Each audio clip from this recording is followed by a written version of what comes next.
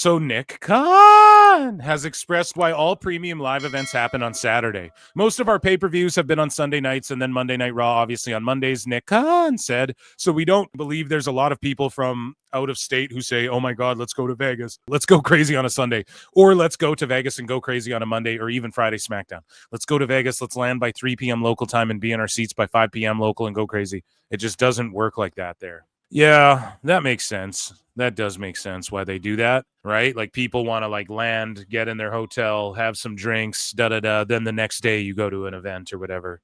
You don't want to like land and then have to be somewhere. But some people, I don't know. It depends where you're going. I flew to Mexico once, and then when we got there was like nothing to do right away other than just get smashed. But like obviously you go to the beach and stuff, so it's easy to just figure out. But all the activities were other days, and I was like, God damn. I would have been down to just walk and do one of these activities and then fit more in, but I don't know. Maybe that's just me. Moving along here. This was the Raw that we didn't watch together. So Hulk Hogan on the comparisons between his heel turn and John Cena's. Brother. I'd be remiss if I don't ask you, because we were just talking about this a couple of weeks ago. We were comparing Cena's turn to your turn in '96. My hypothesis, I guess my take on it all was nothing will ever be bigger than your turn. And I'm not just saying it because you're here. You can go back and find the clip. Yeah, his turn created the NWO. Yours was seismic. Yours changed the industry. No one saw it coming. I could go on, but no one better than you to ask this question to. Can you compare your turn in '96? You know, going to Hollywood Hogan, joining the NWO. Eric was a huge part of that as well. Shout out to my friend Mark Ramundi, who has his book coming out next month called what is it? Say Hello to the Bad Guys. Say Hello to the Bad Guys. Tremendous book. To what John Cena did just a couple of months ago. I think when Eric and I pulled that off on the Daytona Bash at the beach, I think it was really organic, because when Scott Hall came in and then Kevin Nash came in, it actually looked like they were still working with the WWE or WWF. So that all of a sudden, when I came down as the third man, nobody knew more about that organization than me. And when I turned, and you feel that white heat where it gets quiet, and then all of a sudden they start throwing everything into the ring, I told Kevin and Scott, I said, there's a real good chance they could be coming here in a second. And when I saw me and Gene get hit in the nose with the battery and he was bleeding like a pig, I said, Gino, you need to get out of here because this could get real crazy. That was... Okay, so when did Gene get hit in the face and bleed? Because he interviewed Hogan for a while. So I think he's just adding to that was already legendary, and that's the thing. Hogan's, like, I'm not defending Hogan or anything, but his heel turn is the cream of it's the best one ever because it spurned the NWO. So if your heel turn can do like what Cena's did and have everybody so shocked in the way Hogan did, but then you also create the NWO, which is like an everlasting, evergreen logo and thing that will just last forever. Yeah, I just think that Hogan's gets the nod no matter what. Imagine this, though. Shayna Baszler, she would hit like muscle busters and that type of. She aligns with Joe, and then we get Shayna and Joe versus Moxley and Shafir down the line. That could be cool.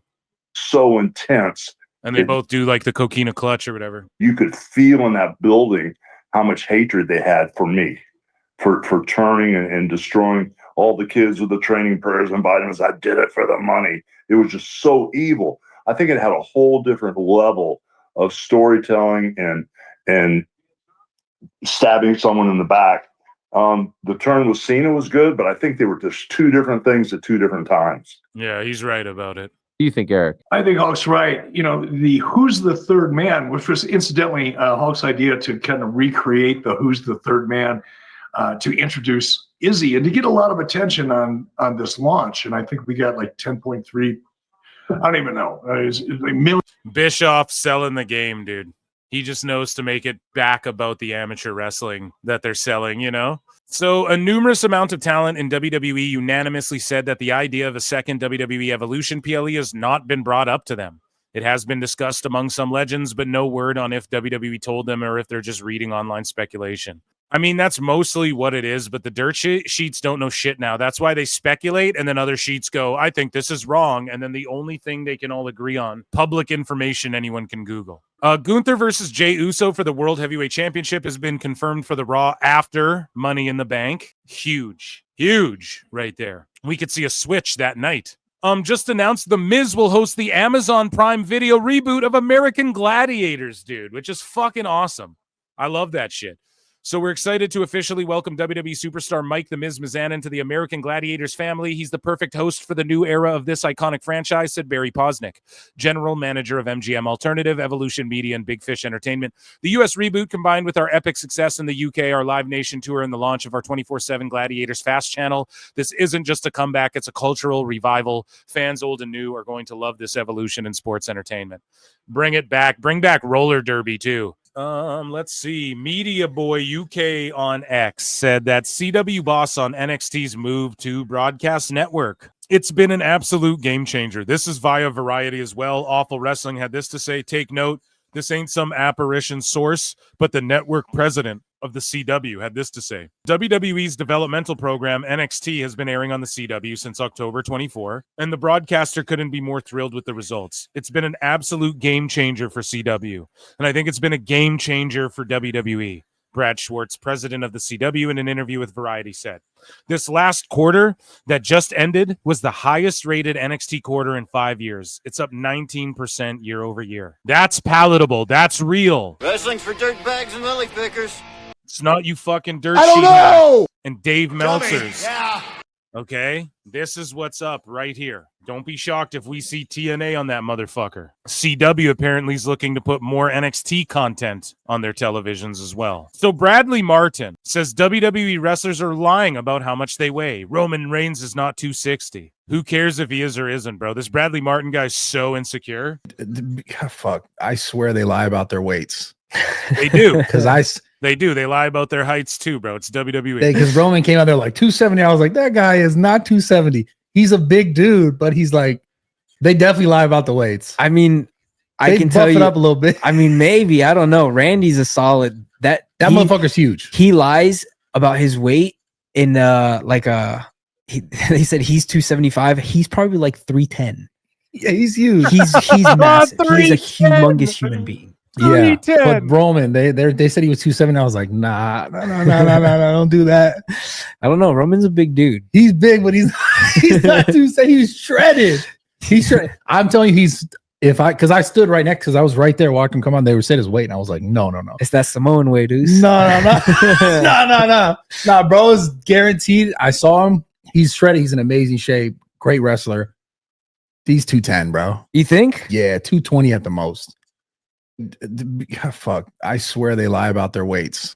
Yeah, I mean, probably, but it's fucking wrestling. And then Dom not stooging to that fucking stooge Bradley Martin, like still playing the game. He's like, nah, bro. I think he's 260, right? Like still holding it down, which you gotta love that. So moving along here, John Cena speaks on people having an opinion on him loving Vince McMahon.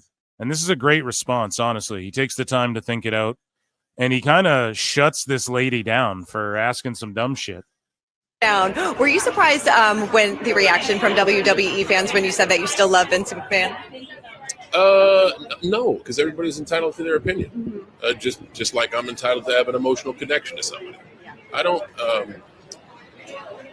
hold anybody or how they feel or what they view as permissible or things that'll make them angry, happy, excited, sad. That's their right as a human being. I'm not surprised about any of that. You know, what do you make of like some of the WWE fans? Because I know that you opened up recently about sometimes that they felt like they bullied you and things like that. Was it like? Can you talk a little bit more about that? I can't. Yeah, this dude is like, he didn't really punch that guy. Whoa. And I want to be clear with. And it's funny too because Logan Paul in real life was talking shit with Bradley Martin, and Bradley Martin pulled up to Logan Paul. And without cameras on, Logan Paul beat the shit out of him for real. And he's in WWE, so what's up? You just had a real question, which I appreciate. But listen to Cena's answer. He's like, bro, you asked a real question, which I appreciate, but now you're asking me a fake TV show question. You opened up recently about sometimes that they felt like they bullied you and things like that. Was it like? Can you talk a little bit more about that? I can, and I want to be clear with you. You just had a real question, which I appreciate. What you're seeing on WWE is sports entertainment. Sure. Okay. So, and I'm not going to give you any spoilers because I think we got a really good season of TV going on. But I'll have a much better answer for that in December when I'm all done and we can reflect on what's happened. Damn, so there you go, man. They're trying to get the scoop, and Cena just shut him down. So Mark Shapiro reveals multiple partners could be at play for WWE PLE rights. So UFC's doing the same thing. What UFC's going to do is what it's seeming like is fight nights and big international shows on Netflix. Pay-per-views could end up going to like Amazon or something, whoever wants to bid for it. And then regular fight nights could end up staying on ESPN or however it works out. WWE might do the same thing. Okay. So PLE rights could be like, well, the big four are on Peacock, the other whatevers are on this one. They're just spreading people too thin and they're gouging. All these companies are, and WWE's guilty of it too. And it's eventually going to backfire. And I think to keep the momentum up after 2025, I think they need to spend some months doing house shows again in the smaller markets and then lowering prices just overall. In the next couple of years, they got to start doing that again just to build it up, you know, because this hotness doesn't stay forever. Obviously, you want to ride it to the ground, but the best thing would be to try and coast before it hits the ground. You guys get what I'm saying? But again, I don't know. I'm not dealing with like millions and billions of dollars and all this stuff, but it's going to suck. Peacock people are going to complain even more, which is part of it. Stephanie Vaquer I got to use Stephanie here. Pause. No Diddy on me now. I'm sorry. It's a crazy show, folks. If it's your first time tuning in, we make jokes here, folks. But I got to use her on 2K25. I haven't had a chance to. She's all downloaded. I got Julia Gulia. They added like a Prime bottle or some shit. And I'm down, man. I'm excited to try her out. My favorite women's wrestler. She's rated like 82 overall or something, though. She's like, what the fuck? I checked it out quick, but I didn't have a chance to use Vaquer. But she reacts to herself. It was released today. If you guys play 2K25. Yeah, she reacts to herself being added to this game. Me veo hermosa. Wow. Mi tatuaje está igual. Wow, qué genial. No puede ser, es increíble. Mis cuernos, mi equipo, todo igual. Me encanta. Me encanta. Emocionada, me encantó, me veo muy bonita. Todo igual, me impresionó lo real que se ve, mi cabello, mi equipo. Me encanta, estoy... So TNA and AAA Lucha Libre confirmed that several top TNA talent will be part of Triple Mania. So this is per John Alba in Sports Illustrated. It's funny because I think in the article, Alba says like it's the first time this will ever happen, which that's not true. WWE AAA and TNA, I think, have been on the same event before. But they confirmed that several top TNA talents will be a part of the show on June 15, including Hendry, Moose, Nick, and Ryan Nemeth, which Nick Nemeth was already doing shit in Mexico. Moose has already done shit in Mexico. Joe Hendry's global. The Hardys have already done shit in Mexico. So this was obviously coming, and I'm here for it, Eric. But yeah, shout out John Alba, I guess, and SI and TNA people. It's a three-way show, pal. So WWE stars Pretty Deadly showed up at this football match, this footy match, a soccer game or whatever. And Axiom and DIY also showed up, and Mike Rome was there. But it's wrestling night at Orlando City. And so basically the wrestlers like host the show for this soccer match. And Pretty Deadly were just there trolling this soccer game the whole time. Fucking amazing. Let me give you the hips. They're looking good. They're looking good, boy. Can they see? Can they see? There you go. Now, everybody, we were excited to watch Orlando, but then we realized it's against the New England. And we will always support England!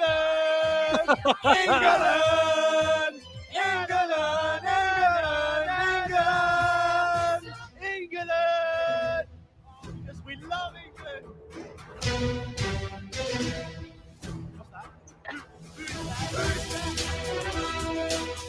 You know WWE can't wait to snipe me. To snipe me for this music. You know what I mean? I gotta fucking go ahead a bit. I'm going. Ones, unlike the Orlando audience, ugly. Now, why would we be here in Orlando? No, we're not in. And guys, when segments get sniped from my show, head on over to patreon.com/ProWrestleTimes. And yeah, you will see, like, here's 9 minutes of Nikita Lyons being cringe. Every second of this got sniped from the live show, so you can only see it here on Patreon. Other videos too, me reacting to stuff that gets clipped out, me watching stuff like the world's cheapest wrestler, Tough Enough, all sorts of shit. Anyways, back to Pretty Deadly. And then I think DIY catch them, and then they play babyface a bit as well. So I don't know. Just check that out. I'm not going to play the whole broadcast there. But here's Chelsea Green linking up with Ana de Armas, right? Who just bursted onto the movie scene, got super famous quickly over the last 3 years. And then all of a sudden it's like, well, she still is. I mean, she's in the Ballerina movie, a spinoff from John Wick, which is just the whole ballerina thing is just a ripoff of Black Widow from Marvel Comics, in a way, in my opinion. And she's just super famous, man. It's pretty crazy how she just exploded on the scene. Everybody loves her. And here's Chelsea Green getting to interview her for WWE. I guess WWE's expanding into, hey, we'll send our superstars to interview people for movies. I don't know. But it's good because it could give people careers after or during their time in WWE. Let's say you're someone like Chelsea Green, you know? Champion, future Hall of Famer, and first ever longest reigning United States Women's Champion, WWE superstar, Chelsea Green. Thank you for sitting here with me and listening to that. Champion, future Hall of Famer, and first ever longest reigning United States Women's Champion, WWE superstar, Chelsea Green. Thank you for sitting here with me and listening to that. Champion. So Ana de Armas is listening to her like, what the fuck are you talking about? And Chelsea like acknowledges that. That's funny. TKO chief Mark Shapiro says WWE's ticket pricing has a tremendous upside. Yeah, for you motherfuckers and for people with lots of money and shit. Again, I'm not bitter at if you can afford to go watch it for 40 grand, go and do it. But the problem is that like most people don't. And when you tack on like travel costs for, you know, some folks and everything, you just look at it and you're like, it's not even worth it. Or maybe it is to see John Cena one last time ever. But if Backlash is getting too priced out to where they can't fill the building fully and shit, then you might need to start looking at stuff, at how you're approaching things. But yeah, it has tremendous upside, of course. John Cena is now being advertised for the June 9 Raw episode in Phoenix, Arizona, following Money in the Bank. This is the same show on which Gunther will challenge for the World Heavyweight Championship. So Cena's going to be there. I don't know what's going to happen. Someone's getting cashed in on or something, right? Maybe, who fucking knows, man? Maybe you have Uso and Cena out there and someone goes to cash in and you don't know who's going for what or what's, I don't know. But that Raw is stacked. Why are they stacking it? I don't know. But Money in the Bank is getting treated like a bigger event every single year. It gets bigger and bigger, and this is the Raw after Money in the Bank. We saw them pull some crazy shit at the Raw after Chamber. Why wouldn't they pull some crazy shit at the Raw after Money in the Bank? So Jonathan Coachman, speaking of John Cena, says The Rock and John Cena, again, this is lending to Cena being on that Raw following Money in the Bank. And Uso challenging Gunther. All I'm saying, Coachman says that The Rock and Cena will be on TV together again during the summer, WWE TV.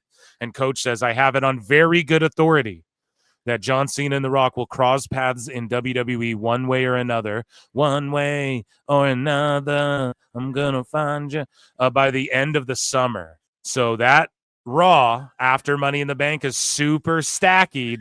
Does The Rock show up? Does someone get a cash in? Does someone crazy we're not even thinking of win the Money in the Bank and then cash in the next night or something? Who knows? I don't know, right? Where's my fucking Luger? I don't know! I'm excited for that Raw, no less. We will make sure that we watch that one together. Would Jordan Grace rather stay in NXT or move up tomorrow to Raw and SmackDown? Bully Ray asks the pressing questions on Busted Open After Dark. And let's hear what Jordan Grace has to say. I think she's perfectly placed in NXT and should stay there for a while and just get her craft down. She's good. She's a great wrestler, but just that WWE, like, let's not drop Julia. People in my comments were like, oh, she tucked and rolled. What about the back suplex, though? That was on Julia. No, it wasn't on Julia, brother, okay? Julia's job was to look up, and that's what she did. She got dropped on her forehead. And the other one, well, Julia tucked and rolled. Yeah, at the very last second, man. At the very, very last second. We just called her up to the main roster. And Jordan Grace didn't fuck that dive up the week before. That's all I'm saying, man. We got to slow down a bit and just reel it in. That's all. Would you like to stay in NXT and really hone your craft and get better at I love Jordan Grace, by the way. You all know that. No one's put her or Gresham over more than me. what you do before you get called up to the main roster? Or would you rather get called up to the main roster tomorrow? That's It's a hard loaded answer. question. That's a loaded question. I am enjoying the time that I have in NXT now because it's allowing me to get used to the WWE. And AJ Styles is someone that I had just have like the ultimate respect for. He's someone that I've looked up to for a long time, and he's even come out and said like, I wish that I had gone to NXT before and gotten that experience before coming to the main roster. And I think that really stuck with me. So I'm trying to just utilize my time here to the best of my ability. It's a completely different world in TNA than it is here. And I was, signed to TNA and doing work here kind of at the same time. I would make appearances, but it's not until I came here full time that I really started to understand like this really is a different ballgame. So the women's wrestling, so Rhea Ripley tweeted this out. Women's wrestling fan, women deserve better. Same breath. She's sleeping with her boss. That's why she's where she is. She should retire. She doesn't even deserve it. She's handed everything and never worked hard for anything. I hope she gets injured. You guys are the real reason it's so difficult to be taken seriously as a women's wrestler. If you put as much effort into your own miserable lives as you put into degrading successful women, then maybe you would accomplish something yourself. And I quote tweeted this. I was like, who's she talking about? Like the 1,200 sicko AEW fans who just complain about what is she really even talking about? But I get it. Sicko's just not keeping the same energy.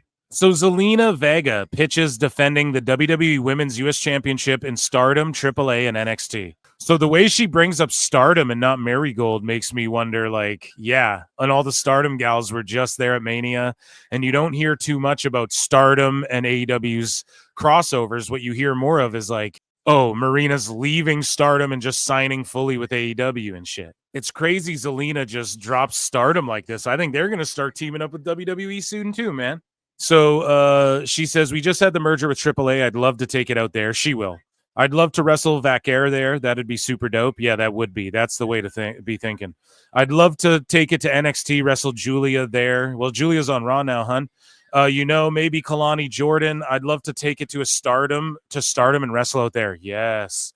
However and whenever, I'd love to defend this championship and show people who Zelena Vega is as a champion. Yeah, I want to see more of that because really the title boosts Zelena. Zelena doesn't boost the title. You guys know what I mean? So she should really try and stand out then. And she needs like some more swag. There's got to be something about her, though, that's different. It's just she's so generic. I like Zelena Vega, and I get why she's on. I'm never going to say release her. She played AJ Lee in that fucking Rock movie about Paige's life, right? I always get why she's going to have a job. She's like generic 2025 wrestler is all I can say. And the cosplay doesn't do it. Mickey James pointed out on LFG to one like that Layla Rel girl or whatever. She cosplayed Sailor Moon. And Mickey James is like, yo, I know a lot of ladies do that these days, but who's the star? Are you the star or is Sailor Moon the star? And that's the problem with Zelena. She cosplays as all this different shit. She has a different look every week. Get your look down and your swagger and who you are as a character other than just like, I love wrestling and fans want me to be pushed. They tried it a bit. They did like the Midnight Club dub edition. She's on the motorcycle and all that. They tried that a little bit, but I don't know. We'll see. Anyways, PW Insider reports that the WWE Championship match between John Cena and CM Punk is not currently planned for the upcoming Money in the Bank event, despite Punk's recent social media posts indicating his interest in challenging for the title. According to WWE creative sources cited in the report, the company does aim to have Cena vs. Punk match later this year. When the timing is right for Money in the Bank, there are reportedly internal pitches for current champion John Cena to team with musician Travis Scott, who is believed to be available and has been training with Booker T. No word on the opponents, but one would think that Cody Rhodes would be involved. So just fantasy mark booking from PWI. Great. Yeah, I'm sure all those things could happen, So Eric Bischoff believes WWE Unreal could be a success if it holds on to a little wrestling magic. So Bischoff in 83 weeks, Conrad Thompson's there like, chat me up, Eric. And Eric says that model's proven itself across traditional sports and other forms of entertainment. The question is, how do they do it? Can they do it without disappointing someone like Steve Austin or Eric Bischoff? Because I want there to be a little magic too. But if they can present it in a way that makes people appreciate and respect the product even more, then it's a winner rather. Yeah, I think they're going to pull the curtain way back. There's obviously a bit of show going on. When you're backstage in WWE, there's cameras on everywhere all the time documenting everything, and you just have to be on. It's pretty much everybody's there, and it's showtime the whole time you're there. It won't be in the locker rooms showing you how each and everything is put together, but it's more like the writers' rooms and them reacting to injuries and them. So Triple H, it'll be like the WWE documentary about WrestleMania 40 and how it was put together. It'll just be that, but a season of that, and they're not going to spoil anything because it's shit that already happened, and we've all speculated, and the dirt sheets have already gone, well, Jade Cargill's rumored opponent, she really is injured. Actually, she's not. You've already done all the pulling the curtain back, so this doesn't hurt them any. Maybe we watch it on fucking Patreon. That would be an awesome one for Patreon. Guys, it's Ren's Day. You know what that means. Ren Sinclair, Maddie Renowskis here. She actually almost wasn't able to upload this Ren's Day. She put a post out saying X, why can't I post it? It's not letting me upload for some reason. I've had that too, where you try to post a video that's longer than a minute and a half, and then some reason it just won't fucking post. Who knows? But it is all good. We would have celebrated Ren's Day anyways with a best of or something. It's also Rusev Day. It's odd that keeps happening. Keep landing on the same days, but either way, Ren's Day is here. Happy Ren's Day. You know what that means. Finally, here is Ren Sinclair with an update on just answering fan questions, maybe a little update on her life. Let's check it out. Hey guys, happy Ren's Day. Today we are going to be doing things a little bit differently. I am going to be introducing a new segment I like to call Ren's Day Rankings, where I will rank my fellow WWE and NXT superstars based on their performance. Let's go ahead and get started. At the bottom of the rankings, we have Ethan. I wonder if she's going to get rid of these rankings in a week and then bring them back a year later and then get rid of them a week later again. We have Ethan Page. You were kind of a jerk to Miles yesterday. Didn't read my lips. You. And I think everyone would agree with me. And I'm so glad you lost and you got what you deserved. Next, but still at the bottom of the rankings, we have Kalani. Even though you didn't do anything to me yesterday, per se, the fact that you beat me in a speed match last Friday was... Oh, shit. She's on WWE Speed. Let's go. It's kind of disrespectful. She is like a Chelsea Green type. Like that level of... She will play that position of just anyone who can work any role, make the best, make shit work, like the CIA or whatever. Because I'm fast. I'm going to say MCU, but... Fast AF, boy.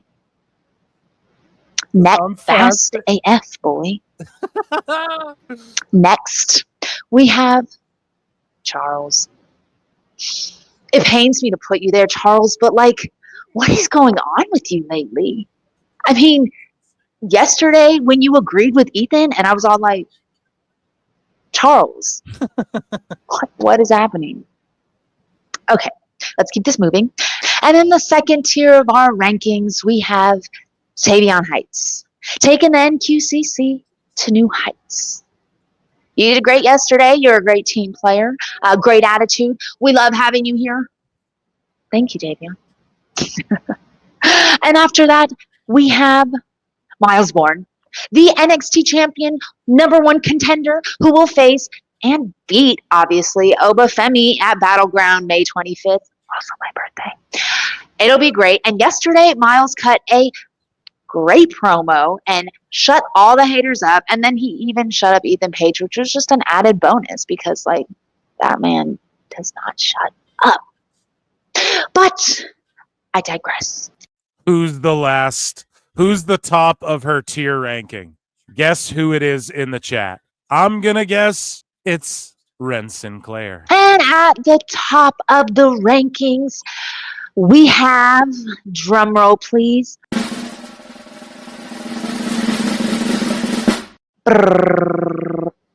Ren Sinclair. Boom. And those are your Wednesday rankings. Let me know if you agree. Keep it to yourself if you disagree.